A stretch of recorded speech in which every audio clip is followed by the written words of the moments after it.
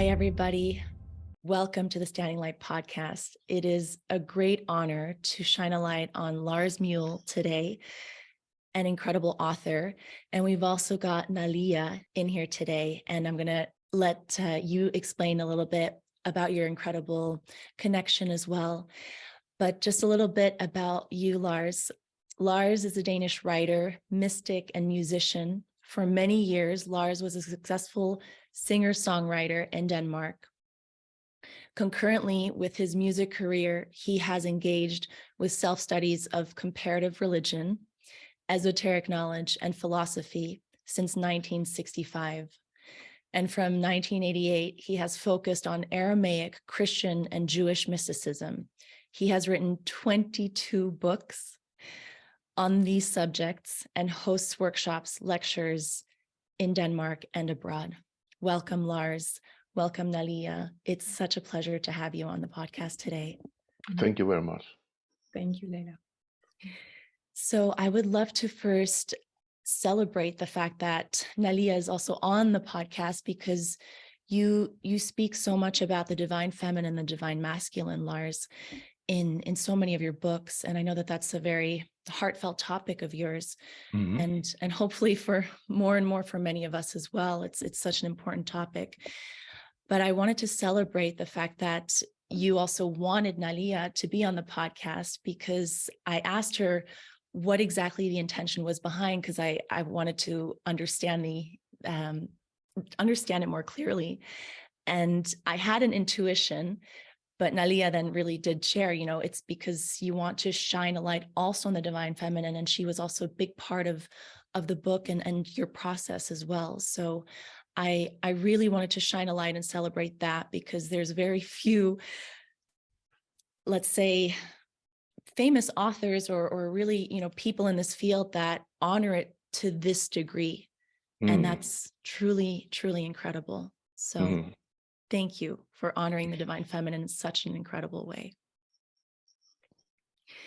So I would love, Naleea, also for you to introduce yourself and share a little bit how you also co-create together. Yeah, maybe I should say a few words first. Please. Because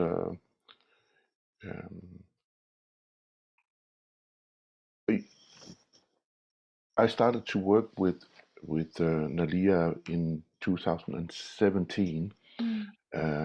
But before that, we have been known each other since I think 2008 or something, where we met in London. She had just read my book, The Old Manuscript, and she just wanted to help and provided me connections with the College of Psychic Studies in London and the Alternatives in London.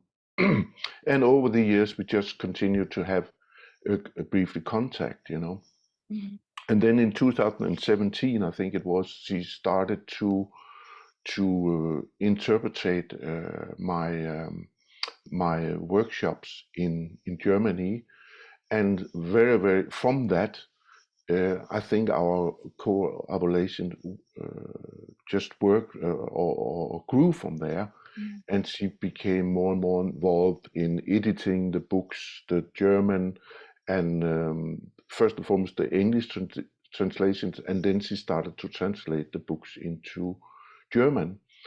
And of course, from that, besides that we had a very special contact and was working, I felt, on the exact same frequency, but being masculine and feminine and representing these so-called opposites that it isn't opposite in that respect anyway.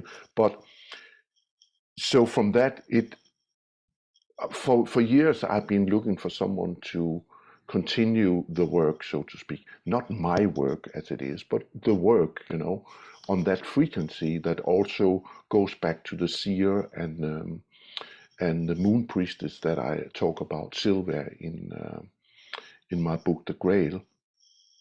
So it all came together, and I really understood this year that Naleea was the one that I thought could continue the work, because I'm still fit, being 72.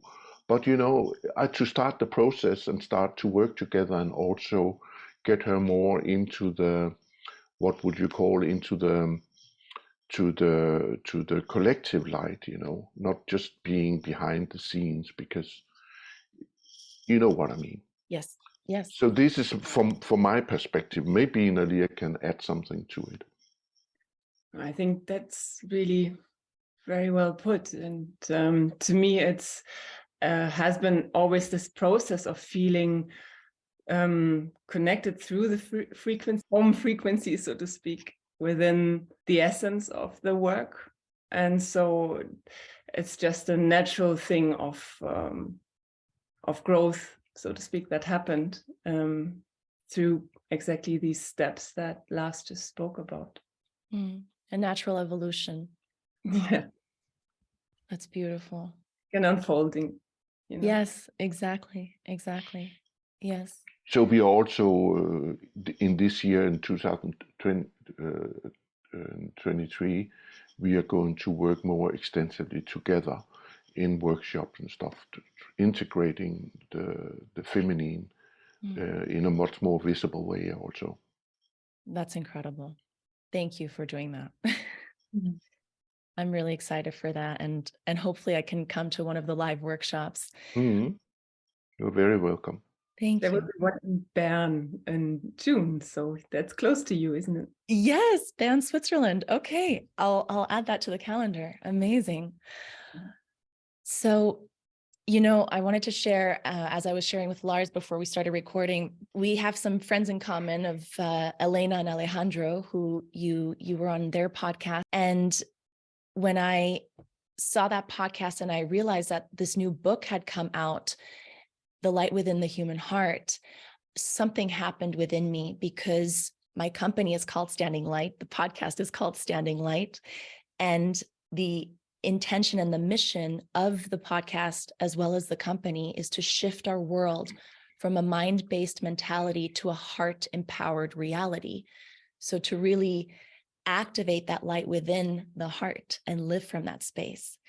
And when I saw your book, everything in me just lit up, and I was so incredibly excited. And I have the O manuscript as well. I've had that for many, many years. But this book, just the title alone, I knew, okay, something's really in alignment and happening. And it's such divine timing for this information, for this message to come out. So I know that you've been doing this for so long, Lars, and I want to thank you from the bottom of my heart for being such a way seer for our collective consciousness, and for coding our field with all of this ancient wisdom, and really holding that space, you know. So thank you. And let's get right into it. I would love to. I took quite a few notes, and I have a whole highlighted book here. Very It's good. a little bit of I love that. probably seem like a mad professor. Yeah, that's very good. But you know, we could talk about so much, but I want to also be mindful of your time and the time. So I think, first off, the one question that I would love to, because in the book description, which I will just share a brief description of this new book, which I encourage everybody to run and get it. But The Light Within a Human Heart follows Lars Muhl on an inner and outer journey to the cave where the Dead Sea Scrolls were discovered, using a metaphorical text, the Book of Aesop. Am I saying that right? Aesop? Yeah, fine. Okay. As a symbol for his search for spiritual enlightenment. This practical guide from Denmark's leading spiritual teacher will show you how to access your inner light and power, as well as reveal a roadmap for you to attain your own divine identity. So I would love to start off with the question in this, which is, how do we access our inner light and power? First and foremost, to acknowledge it, and because that's really essential for me to to get people to know that we are already enlightened. We were born in the image of God, so to speak, or God consciousness, and it is like we have been looking here and there, running from east to west in order to find a guru or somebody to show us, but it's already there. We just have to acknowledge it and start to work with it. Yes. Yeah. You also talk about the soul in an incredibly clear way that I think is very important for us to acknowledge and really understand and speak about as well on this podcast. And I had the former CEO and founding director of HeartMath, which have developed many hundreds of peer-reviewed studies on the science of the heart. And we actually dove into the topic of soul and spirit because it is vital for us to speak about this more and more, because so many of us have, I feel sometimes it seems like, disconnected from our soul consciously. And we're not using that soul intelligence to really anchor that intelligence from our heart and let that guide us.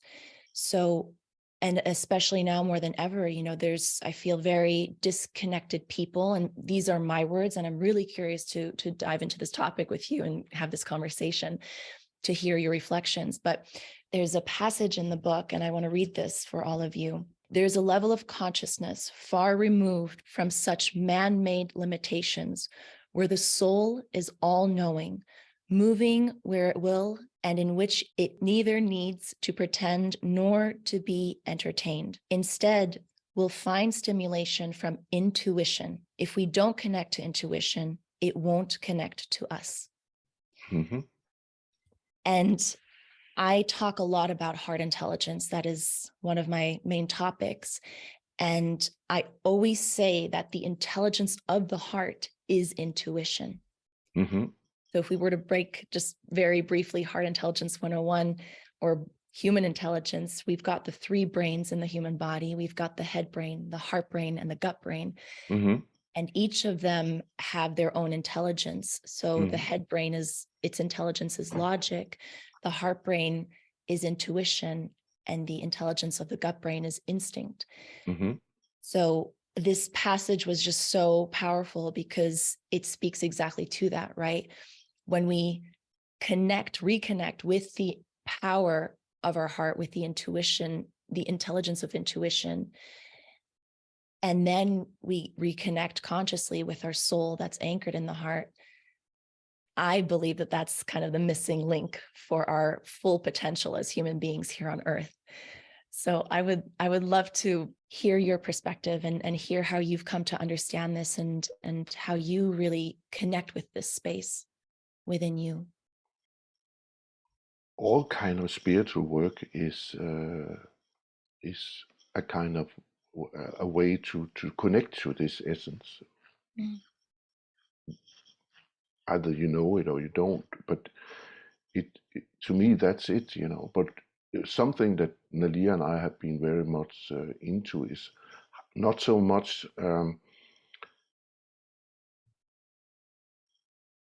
into how can we do this in everyday life, going from the meditations room to the supermarket, for example.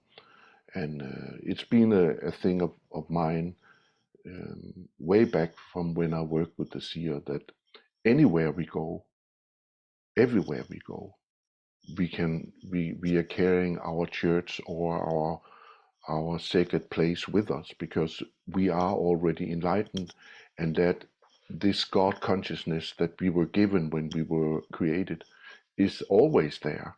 Mm-hmm. So it is a matter of choice. What do you choose? And we are always challenged in the moment, because whatever drama we are being drawn into, and we are drawn into one drama after the other in this life, we can always choose. We cannot change the drama itself, but we can change our perspective of it. How do we perceive it? That's the thing that we can do.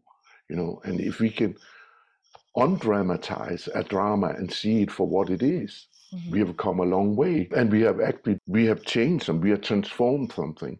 And as we are creators, co-creators of the reality we are living in, this is something, a tool that we always have, you know.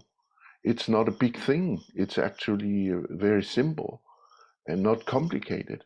It's just do it. Go do it or don't, you know. I mean, I think that's about it, you know.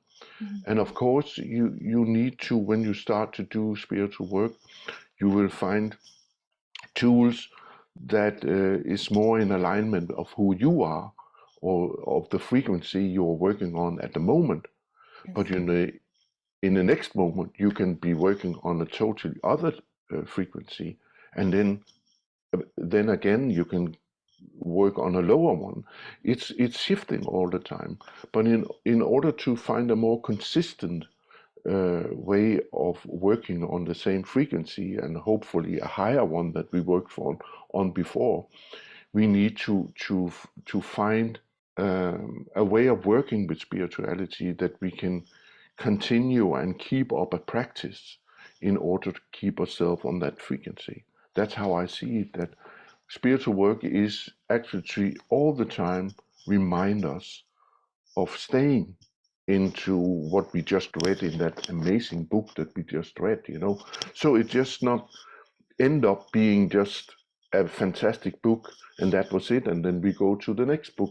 We need to pick it up, you know, and start to practice it, because it is about us getting experiences, personal experience of what is being. What is in that book is my experience, or Nalea's experience, or whoever. And maybe it is resonating with you and you find that's also your experience. But if you haven't experienced it actually, so your whole being has been part of this experience, then we don't know what we are talking about. We need to, so it is more a pointer to this is what happened to us when we did this. If you want to find out how it works on you, please, you are welcome to go and do the same thing, you know.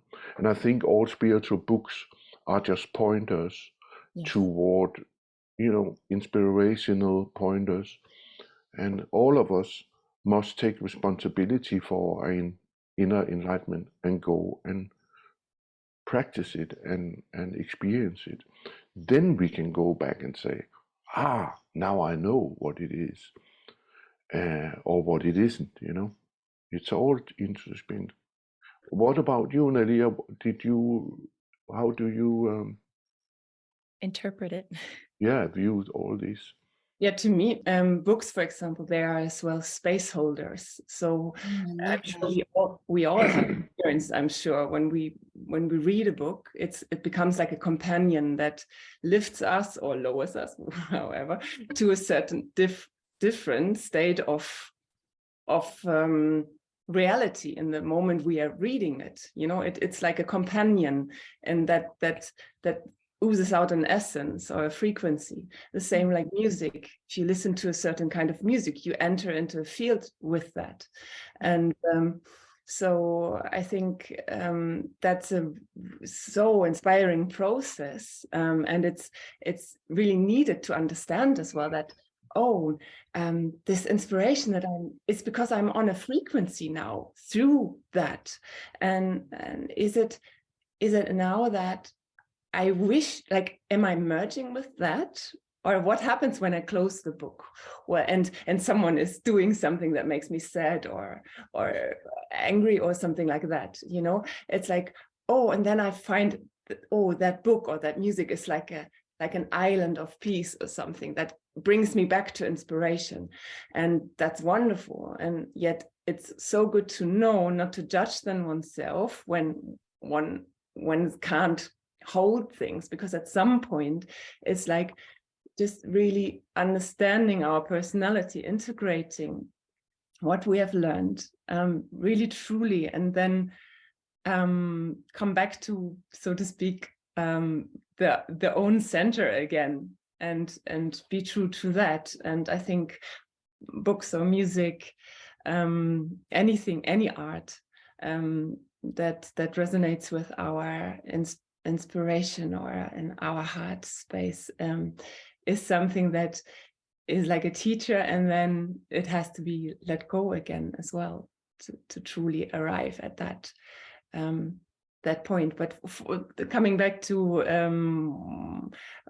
the work with Lars for myself, it's like, to me, it was just a complete, it felt like I said, a home frequency to me. So I don't have to let go anything here, because it was already there, you know. Embodied. So, yes, yeah. But it's really, really important. And on the other hand side, while I'm listening to myself talking, on the other hand side, like you said before, I feel in the book there is so much just like a collective knowledge that is just downloaded, not only through the words, but as well through the energy in there, that maybe it doesn't have to even be let go. You know, maybe it's just something that lifts one to another frequency, but that is for the reader to judge, of course. But one thing, coming back to the practices or how to hold the light, there's one saying that spiritual work just doesn't work if you don't do it. So any practice is just amazing to start. And even if it's 5 minutes of stillness, sitting yourself in a chair for 5 minutes a day and stick to that, or sit next to a tree for 10 minutes a day. I've learned so much through that practice when I've done that for a while. So it can be the most complicated or the most simple, but just do something. And I think then you just cannot not experience that inner light in you. Yes. And we're so blessed to have been able to feel it. And I think all of our hearts' visions and desires is for so many to be able to feel that and experience that as well, because it's the kingdom within. And I love the reflections, because it just reminds me of a similar experience where integration almost only starts after you've closed the book. And it's so funny because, you know, we'll go and have incredible experiences, or we'll read books that have so many codes in them and ancient wisdom, but then we do have that choice. And just for a funny example, I spent time at a Zen Buddhist monastery practicing and studying meditation and mindfulness. And once I left, I thought that I was enlightened and that everything was going to be so easy. And the second I arrived in the train station, and then my mother picked me up, as soon as I got into the car with my mother, the triggers that I felt were unlike anything I had felt before. And I started hysterically laughing because I realized, okay, Leyla, now you start to practice what you learned. And I feel like that goes for anything. You know, we go deep into a study or into an experience, and then that choice point comes. Do you want to embody it and practice the embodiment on a day-to-day basis, a moment-to-moment basis? Or do you want to just close the book or close that chapter, whether it's a physical book or an actual life chapter or experience, and then just move on without really letting those codes or those lessons move through you and integrate through you? So I think that's a very good lesson and practice for all of us. And it just continuously reminds me of the Nike slogan, just do it. Yeah, and it's as well, it's a lesson, and it's that experience that you have sensed it. So now you can have deeper faith in it. You know, it's not faith anymore, like what you have read. It's faith because you experienced it. Yes. Yeah. The difference of thinking versus knowing. Yeah. Like that, the sensation. What, for example, in this book, I feel, you know, there are sensations that are in the field, your field, in your body. And I think that, again, coming back to your first question, so sensation is a key, you know, to feel your resonances in the body. That's something that is not emotion, that's sensation. So to be able to just put, like Lars said, it's about knowing it is there, the inner light. So and now like being open, listening, feeling, tasting the sensation of it. And going beyond almost the five senses and letting that sixth sense of the heart take over.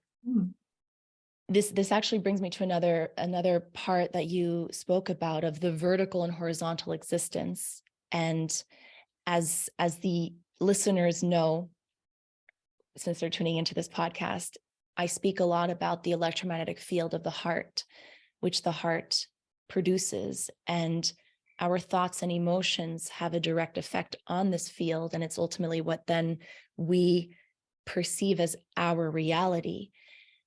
And I wanted to hear and dive deeper into this vertical and horizontal existence, because when we understand the toroidal field of our hearts, and also that every living thing emits, because every living thing emits an electromagnetic field, a torus field, including Mother Earth, we really can plug in on a vertical level to that field, with that field, right? And then that's when I have experienced or believe we operate from that soul intelligence, and we're plugged into source consciousness as well. But if we're, which most of us are in this three-dimensional reality, most of us actually only know how to exist from that horizontal plane. And I'd love to hear your perspective on this and dive into this as well. How have you experienced, or how would you explain the difference between the vertical and horizontal existence? In the book, it is what is meant there is just that horizontal is, the timeline of the beginning and the end, within a time frame. But as soon as you turn that over, you are actually in the eternal now that can be anywhere, Yes. and it'll always be what you decide in that moment, and it is, we are very, of course, we have a past, and we are always looking into the future, of how is, and maybe worry too much about how it will go, and maybe we are too sad about something in the past and so on. But the moment we kind of delete that just for the moment, we go into another way of being that can be anywhere on that timeline and still be out of time, so to speak. There's another thing that, we have a practice where we breathe, inhale and exhale through the heart. Exactly. We draw light in, and Naleea, actually, that was something that was very inspirational for me. That it's not just going in here, but it's going in from all sides, from the back, from the up, from the down, just into that center of the heart, Yes. And just to have that, because another thing that is very important for me to inspire people with is, and the book is in itself a witness or a document on my experience in that field, that we can create anything, anytime, wherever we want. We can go anywhere, wherever we are, without moving, the physical body. Yes. We can start to create through visualizing something, So when you start to, for example, it's a massive healing force that we can call into our field by just imagine that we, from all sides, from up, from bottom, from back, and from the front, draw with our breath into the center of the heart, of that intelligence, and that kingdom of heaven, that God consciousness that we are carrying there. And I think that is so inspiring. So that is where, to me, you know, the kind of alignment of the horizontal way of being and the vertical sort of being. I don't know if, Naleea, if you have anything to add, but that was very inspirational for me when you came in with that view on breathing in and out through the heart. Yeah, to me, it as well is acknowledging, you know, that the equal cross, so to speak. Exactly. That, like, to me, the true name of that is the cosmic cross, and the vibration that comes from that middle is including the choice of this incarnation, so this timeline, but it is as well, like, it's not this is more or this is more, it's the moment where we are, no matter where we are. That is the most important thing. Nothing is more valuable or less valuable, and that's exactly the same coming back to spiritual work in the everyday life, in the supermarket, in the where, on the street, or what, with the mom, what you're saying. So it's like it's just that precious moment, you know, and that to me is really that melting of the all.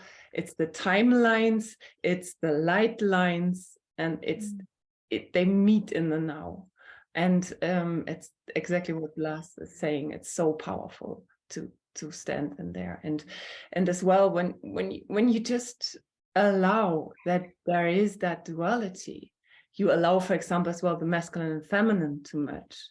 Exactly. You know, and that's I think it's so wonderful. There is that freedom of really, through that moment, you become so clear with your own patterns, you know, right, your choices, and the craziness that is going on in your dramas. But because you always have that place to go to, you just again and again start new from there, because it's immense power. And as well, all these behaviorisms that normally I don't know, I think they happen because we believe we need to be somehow different than we are, and it's just transformed there.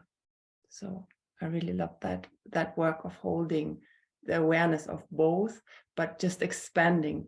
And as well, that one where we understand that the merging of the frequency without and the frequency from within, the giving and the receiving is one, you know, in that moment. Absolutely. Yeah. Thank you for sharing that. The divine cross resonates very deeply. And, you know, I think many of us have experienced healing through our soul when we've done past life regressions. And for me, that has been one of the fundamental healing journeys that I've gone on, is being able to use my soul's intelligence and move through the vertical realms into a past life where the trauma happened that is now affecting me in this time and space. But if I didn't know how to go back there, I would have never is a strong word, but I had to go to the source point in order to be able to heal it. And if the mind doesn't understand, if logic doesn't understand, it's very difficult to heal something somatically, holistically.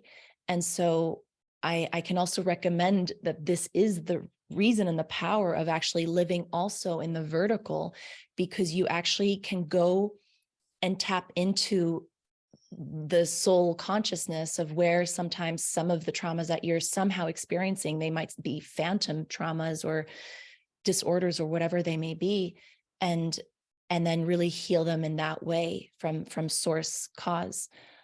That has been very powerful healing tool for me. So just to kind of maybe put into perspective, you know, the power of the vertical and the horizontal living. Yeah, absolutely. I also wanted to bring forth, and I mentioned it before, but in the book of Aesop, it says the most important truth is the kingdom of heaven is within and all around you. And this really moves directly into what we've been speaking about, right? This field. And we can now prove it on a scientific level, but this is ancient wisdom. And when we speak about the vertical and horizontal coming into one, right? Kind of the science, the scientific world of black and white and everything has to be proven in order to be quote unquote the truth, and living in that binary, to then now that's proven, right? Now we know that the heart emits this electromagnetic field, which in a sense, if we're going into ancient wisdom texts, the kingdom within and all around, that is the electromagnetic field of the heart. And then the ancient wisdom of just trusting that vertical knowing and source intelligence, right? So I'd love to hear how you have experienced, or really how that sentence alone, what that means to you. It means everything, especially after starting my study of the Aramaic language, the language of Jeshua, who said that, Jeshua, who said that that sentence, that remember the kingdom of heaven is within you and all around you. When we are talking about kingdom, it doesn't say anything really about what it is. The kingdom of heaven. A lot of people, they think it's somewhere up there, but in order to understand what it really is, and even on a scientific, as you say, quantum scientific level, you need to understand what it means in Aramaic, because Aramaic is built from root words, and those roots, they hold potentials that is activated every time it is being spoken, or it's being activated by being done, to a deed, or putting on a hand, in healing or something like that, Yes. So the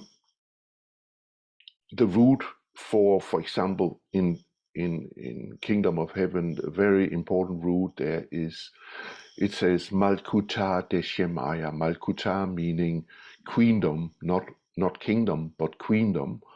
And Deshemaya means heavenly, but the root word in Deshemaya is Shem, and that Shem is really that force of life, this image of God in which we were born. It is the very, without it, there would be no physical creation. It is through this living force that is everywhere. It's holding the whole universe together. It's holding each of our bodies together, our whole being. It is in our light bodies. It is that electricity, or that you could call frequency, that is really holding everything together in what we perceive as our reality. And within it, there is this God consciousness. It carries this God consciousness, and what I call the law of light, that is always functioning as a mirror, that I think all people have experienced that we have been going into a dead end, or we are on our way down a blind alley, and suddenly we get an inspiration, or we hear a little voice, something is happening, and we are suddenly, our attention is called to in another direction, and then suddenly we see something that we haven't seen before, and we say, now I understand. Now I really, yeah. So this is the law of light speaking to us. It's a mirror, because in that moment, we need that mirror when we can just see we are standing at a dead end. We don't know where to go. We can't go any further. And something happens in our life. It can also be through an illness or through some violent thing happening in our life, or divorce, or we are getting fired from our job, or something that really makes us stop up and rethink and make another choice, you know. And that is all part of that shim of that kingdom of heaven or kingdom of heaven that is all around us, and which we are carrying within, that you call the inspiration of the heart, for example. It's all part of that. And that's when we realize that is part of the package, you know.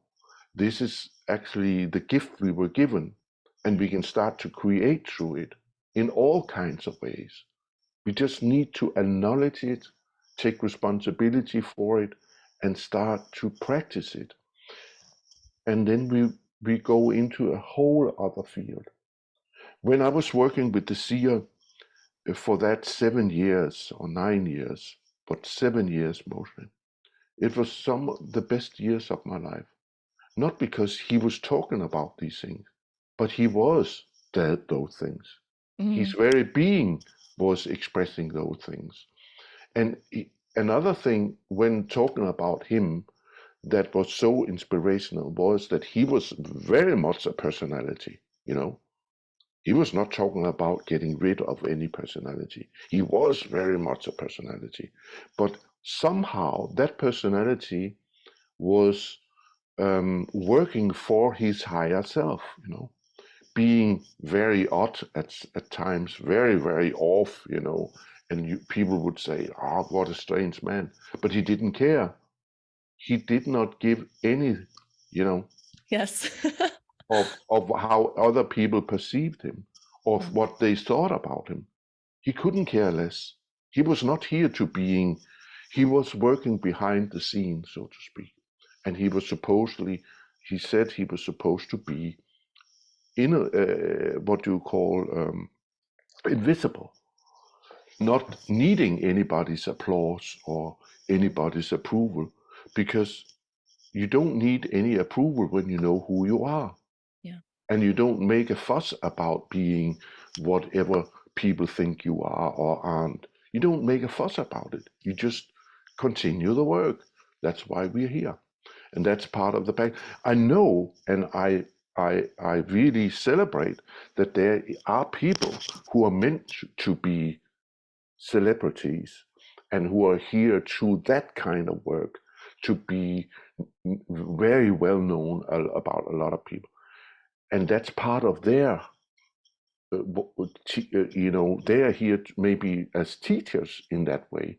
I totally recognize that, and but for most of us, we should, if we are not called in that direction, we should find our way of working, and we all have a gift to share with each other.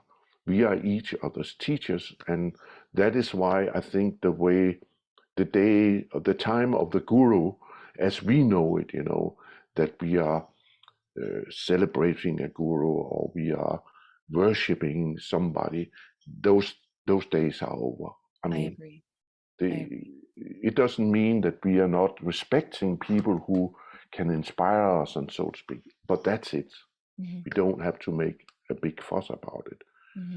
And I also know people who are very, very, very, very spiritual intelligent, who are actually getting embarrassed when other people are trying to worship their personalities, because they know that it's not a way for them to go down that alley, you know. So they just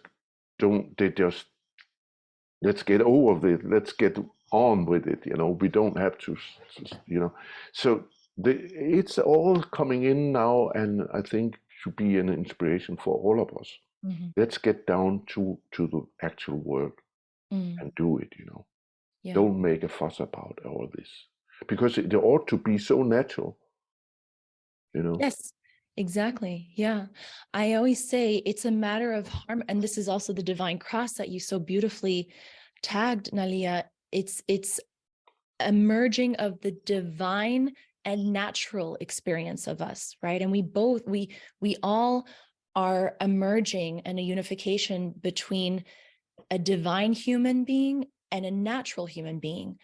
And the cross where those two meet is in the heart. And then we create the coherence between the head and the heart. And we understand that, or we embody that and feel that. It takes practice, of course, but I'm so curious what your explanation or experience would be, especially, talking about the seer, how would the ego be a part of that? Or is there no ego? Is that the epitome of living without the ego, when you just don't care about what anybody thinks? It's part of it, but he absolutely had his own ego, and he was also talking about it sometimes. If you've seen the documentary I did on him, he's actually addressing that in that film. Okay. But he just managed to, when he was dealing with other people every morning, and he went into his office and had his clients phoning him from all over the world, he parked his personality outside, or his so-called ego, and that was very, very obvious when I I sat with him in his office sometimes for a month or longer, even every day, and experienced what he was doing. And it was so obvious that he was totally different when he was there.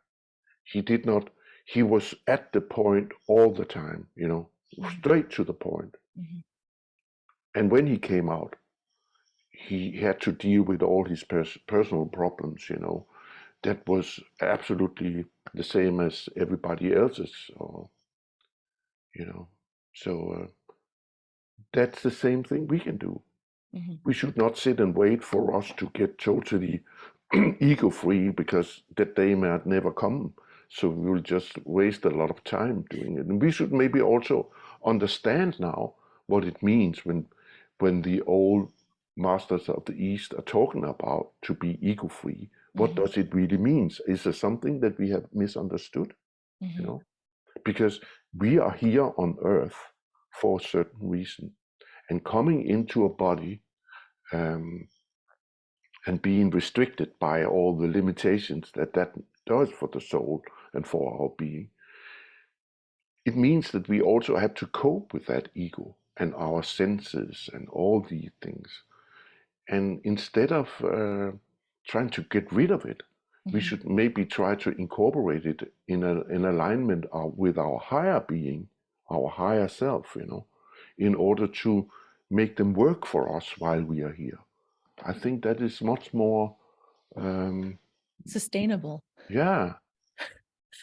There's an incredible therapy called internal family systems, or short for IFS.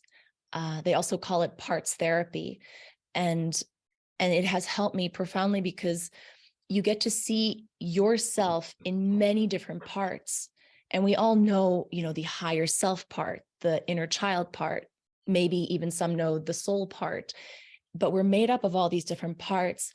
And I was able to really distinguish my ego as being a part of me. And the second I tried to kill it, or I'm ashamed of it, or I hate it, or whatever, those lower vibrational emotions are, where we just try to push something away, we actually densify it even more. And we actually, it gets even heavier and more prevalent within our field. But if we use those higher vibrations of love and forgiveness and compassion, that's when alchemization and healing actually can take place, or also the neutralization.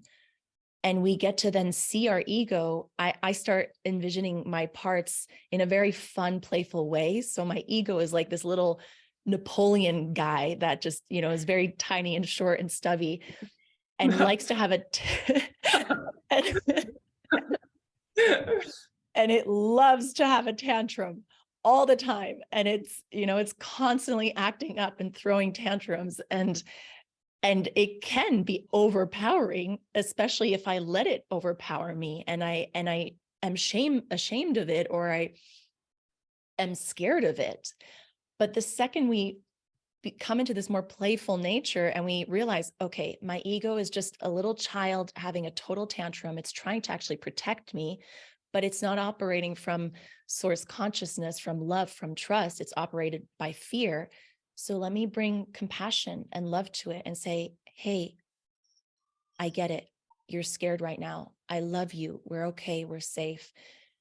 Go hang out here somewhere, wherever you choose, in the field or right outside of the field. Let the angels and our guides come, you know, play with you and take care of you. But right here and right now, I'm choosing to operate from my soul, from trust, from love.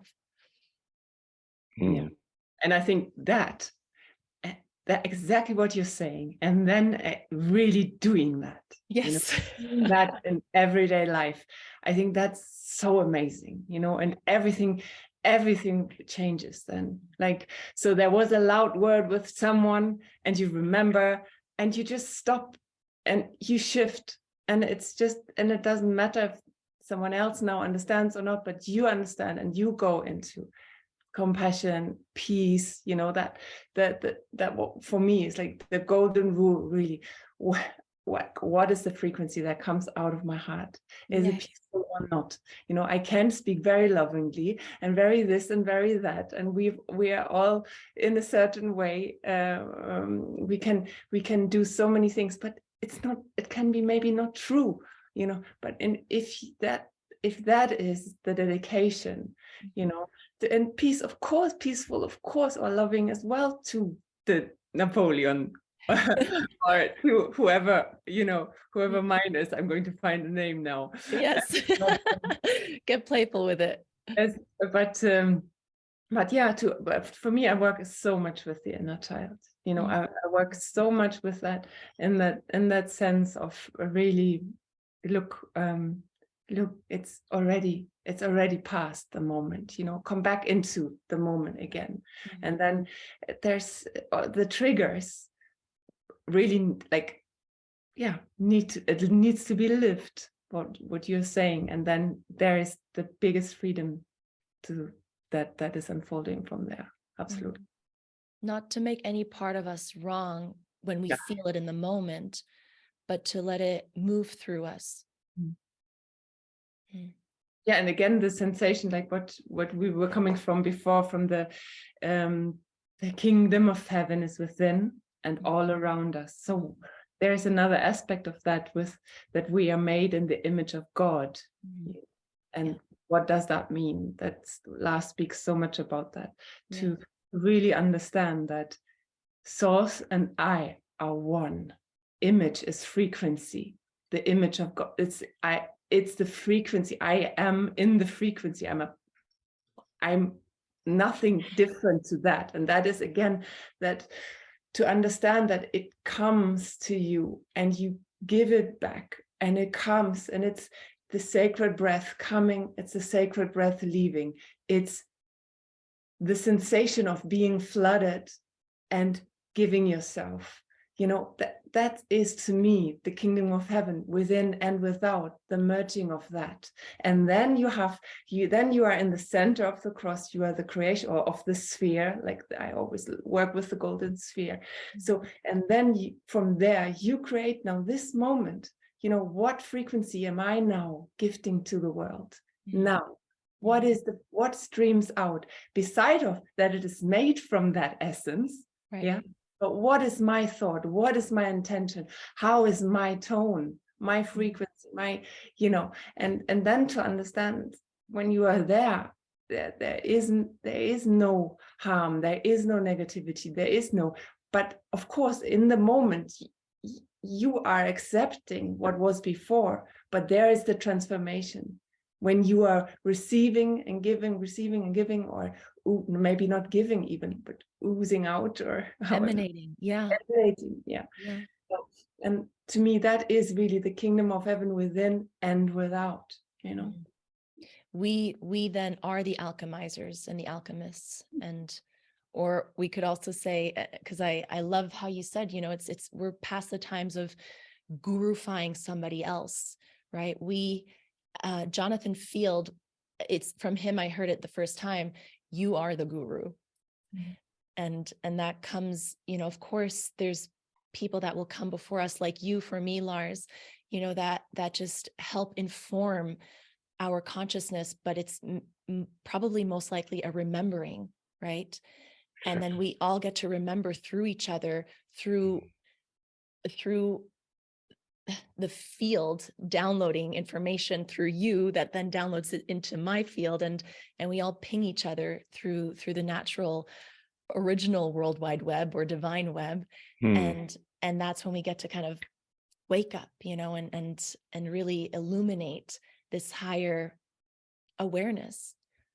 So I'm That's really excited. also very much talking about the real internet. Exactly.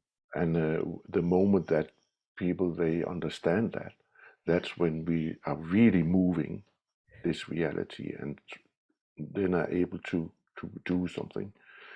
But there will probably also be somebody who wants to make money out of that, and they'll find out that that's not possible.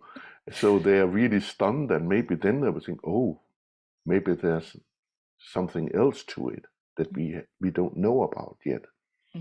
And this is what we are talking about right here now. And I think that's very inspirational. Yes. I don't know if Naleea told you, but we had an original call, and then I hadn't finished reading the book yet.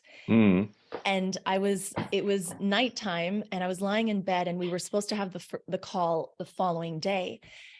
And I took the liberty of assuming that you understood how to communicate through the original or natural divine web or internet. So I sent this emanation out to you, Lars, and I said, Lars, thank you so much. I am all in. I'm all ready to do the interview tomorrow. However, I haven't finished the book. And if it feels more aligned for me to finish the book, then let me know. And I woke up to a message from Naleea saying, Lars feels that we should reschedule the meeting. And that was just the most, it was just such a testament to really what we're capable of when we tap back in and use our original natural, quote unquote, internet, or ultimately the web, right, of Mother Earth, which we are all connected to, and use our soul intelligence to communicate. You see, that is really, really a good example of what we are talking about. That by sending out, you send out this thing, Code. this thought, this code, and it is just going in there, and it's being processed and answered, And there's so many examples of this all through history in many different ways. And this is something I could really go on into, but I think this is part of our understanding who we really are and the gifts we were given, how we can start to communicate and be more and more aware of it, Exactly. Yeah. Well, maybe we'll have you on for another podcast so we can talk about that specifically. Because it's really one of my passions to really bring this out as well. So I'm so grateful for both of you. Thank you very much for having us and for your very inspirational podcast. Thank you. Thank you. I would love to close with just one question to both of you. What does it mean for you to stand in your light? And I know we spoke so many ways about it, but to close it off. Freedom for me. Makes me so happy. Makes me so unbelievable happy that I have this choice to feel free, however the physical circumstances are, really in a painful mental and in a painful physical and a painful emotional state, to come back there and to feel free again. It's amazing. To be able to share the gifts that I was given with, and share it with those who are open towards it. That is, to me, the most important thing for me, that I can really now do what I was supposed to do in this lifetime. Oh, I resonate with both of those very, very much. All right. Thank you so much. It was a pleasure and such an honor to shine a light on both of you. Thank What you. about yours? What is your? I can, goodness, I really resonated with both of you, but for me right now, that's what's very active is to really to shine my light in terms of, similar to what you said, Lars, it is my destiny, you know, it is I believe my destiny to help illuminate the light within all hearts. It's part of the destiny and intention of Standing Light. And so to stand in my light is to really emanate this information, this message out from my heart, to be an embodiment of it as much as I possibly can. And it's a daily practice. And I have all kinds of faults and whatnot, but and whoever is meant to receive it and resonates with it, may they resonate and receive it. I'm sure they will. Yeah, me too. Maybe. Thank you. Thank you. Thank you very much. Thank you. Sending Take you care a now. big wave of love from my heart to yours. Thank you very much. Thank you. Take care Bye. now. You Bye-bye. too. Bye.